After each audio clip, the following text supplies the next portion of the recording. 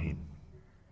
آج کا جو وظیفہ ہے یہ خاص کر ان ساتھیوں کے لیے ہے، ان دوست احباب کے لیے ہے جو بہت سے زیادہ پریشانی میں مبتلا ہے، قرضے کی پریشانی ہے، رزق کی پریشانی ہے، اور ان کے اوپر جو مصیبتیں ہیں انہوں نے گھیرا ڈالا ہوا ہے اور کسی طریقے سے ان کی جان نہیں چھوٹ رہی ان مصیبتوں سے۔ تو ان کی جو دلی مرادیں ہیں وہ پوری کرنے کا ایک بہت ہی پیارا سا وظیفہ ہے جو 3 دن میں آپ نے کرنا ہے، اور 3 دن کے اندر اندر آپ کی جو دلی مراد ہے وہ پوری ہو جائے گی۔ تو آئے میں آپ کو یہ وظیفہ بتا دوں